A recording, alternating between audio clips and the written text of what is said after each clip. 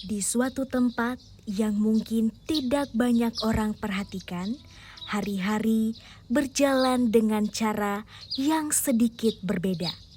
Lebih riuh, lebih jujur, dan entah bagaimana lebih mudah membuat hati ikut terasa. Karena di sini, perasaan tidak selalu datang dengan cara yang rapi.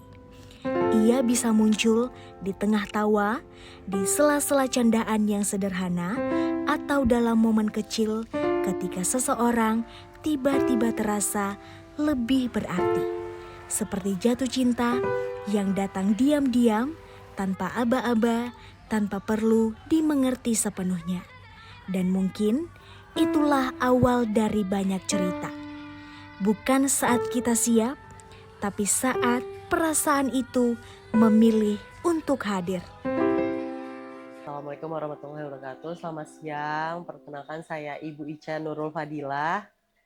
Saya salah satu guru di YPLB Nusantara. Keseharian anak-anak di YPLB ya seperti biasa. Kalau kita di sini kenalnya dengan terapi kehidupan. Jadi benar-benar 24 jam itu mereka beraktivitas.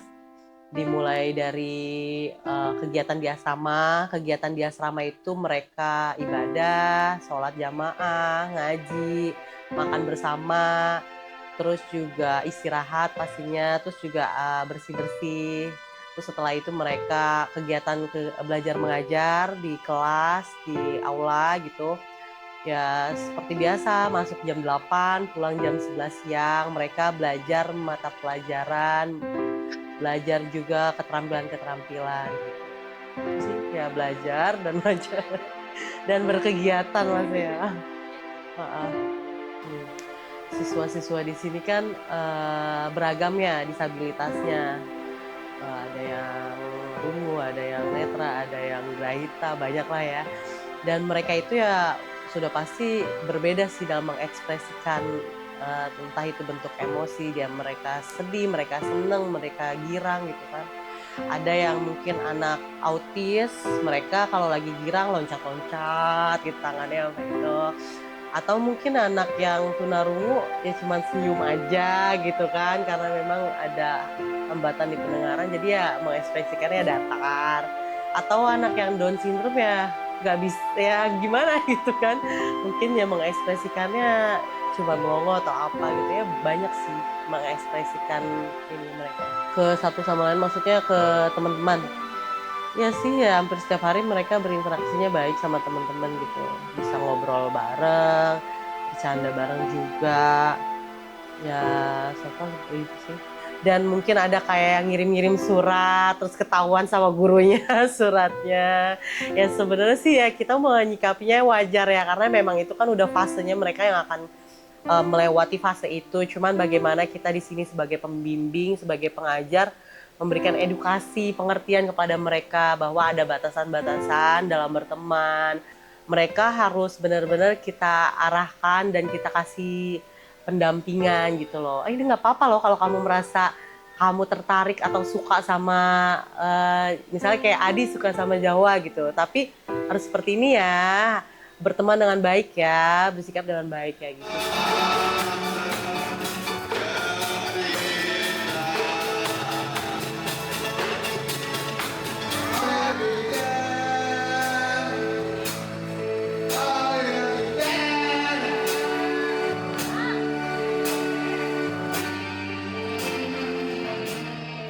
Ini namanya siapa ini? Adi Darmawan. Adi Darmawan. Adi suka sama Jawa. Adi suka sama Jawa. Ih. Oh, suka nas. Kenapa? Adi kenapa suka sama Jawa? Coba. Lampir ya. Monas, emasnya Pak, emas. Atasnya emas. Kenapa tuh? Boleh nggak kasih tahu kenapa suka sama Jawa? Suka. Adi. Iya suka dong. Namanya siapa? Tadi di kata si Adi, kamu katanya teman dekatnya Adi. Benar? Enggak. Sering nggak duduk sebelah Jawa? Sering dong. Ngobrol sering? Sering ngobrol. Kata Adi biasanya suka ngobrol, benar nggak? Enggak. Teman cowok ada nggak yang Jawa suka? Doni. Siapa? Doni. Doni. Zawa suka Doni. Oh gitu, Zawa suka Doni.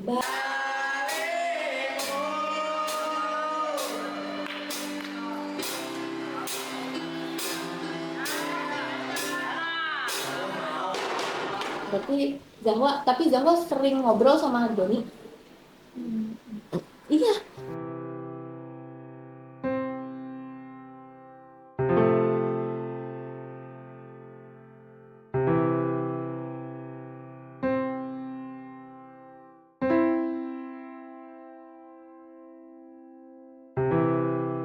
Cemburu.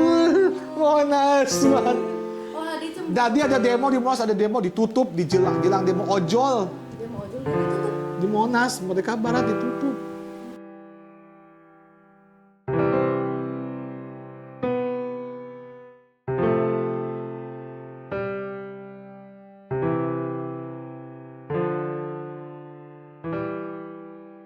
Kalau yang kita lihat anak-anaknya mampu untuk mereka bisa mengekspresikan tapi juga bisa menahan gitu kan.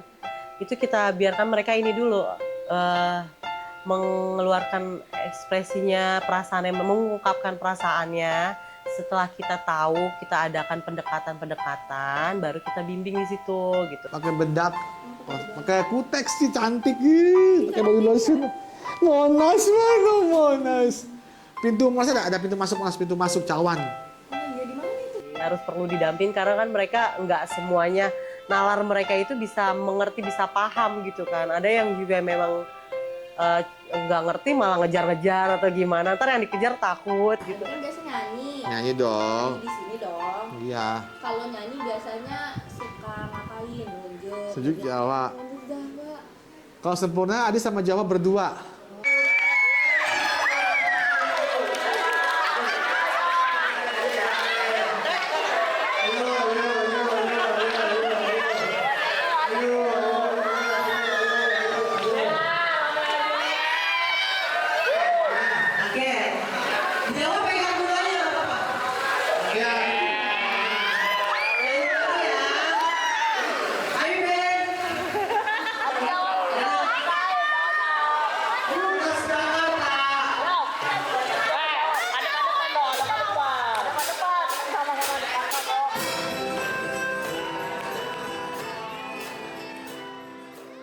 Kecuali yang anak-anak memang belum paham kan ya, kita memang harus lebih preventif banget gitu kan. Jadi nggak ada sesuatu yang terjadi yang gimana-gimana gitu. Jadi kita lihat dulu nih siswanya ini memahami sejauh mana dia memahami bentuk pengungkapan ekspresi itu gitu. Ya tetap perlu pendampingan sih. Balik lagi karena memang siswanya siswa disabilitas kan. Beda-beda, pastinya beda-beda banget. Ada yang malu-malu, ada yang memang benar pengennya duduknya deketan, ya pokoknya beragam banget anak-anak. Yang unik banget ya kayak Adi tadi, Adi sama Jahwa. Adi itu entah kenapa ada sekian banyak siswa perempuan yang di sini selalu Jahwa gitu, tertujunya ke Jahwa, dan kalaupun dia lagi beraktivitas atau tiba-tiba lagi nyanyi di panggung tuh lagu ini buat Jahwa ya, langsung nunjuk Jahwa buat Mbak Jahwa ya, itu kan. Ya unik sih itu ya. Jadi kita melihat bagaimana siswa atau anak berkebutuhan khusus itu ya juga bisa punya punya cara dan punya rasa untuk menyampaikan perasaan mereka gitu terhadap lawan jenis, ketertarikan mereka gitu, sampai yang tadi kayak gesturnya Adi tutup mata gitu kan, dia malu ya kan. Dan ternyata mereka juga sama seperti kita gitu, punya perasaan yang bisa diungkapkan ke seorang yang memang dia suka gitu. Kita semuanya kan sama ya, sama-sama manusia, jadi yang namanya cinta itu udah fitrah dari sananya dan akan tetap ada di setiap manusia pastinya gitu. Terlebih juga anak disabilitas. Jadi cara kita menyikapi bahwa anak disabilitas itu juga dikaruniai anugerah rasa cinta untuk lawan jenisnya, itu ya caranya adalah kita saling menghargai. Kita lihat dia lagi jatuh cinta ya kita hargai, kita bimbing, dan kita kasihkan arahan, dan ya kita terima apa yang sedang dia rasakan itu. Jangan ada penolakan, jangan juga ada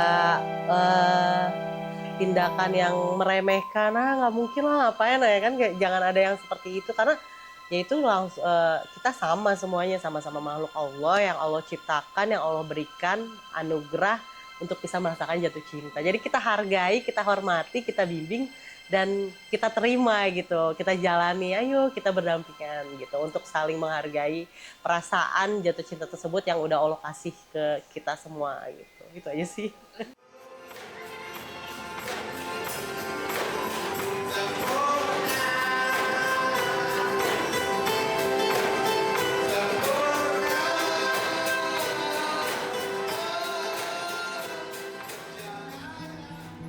Pada akhirnya, cinta mungkin tidak selalu butuh penjelasan panjang.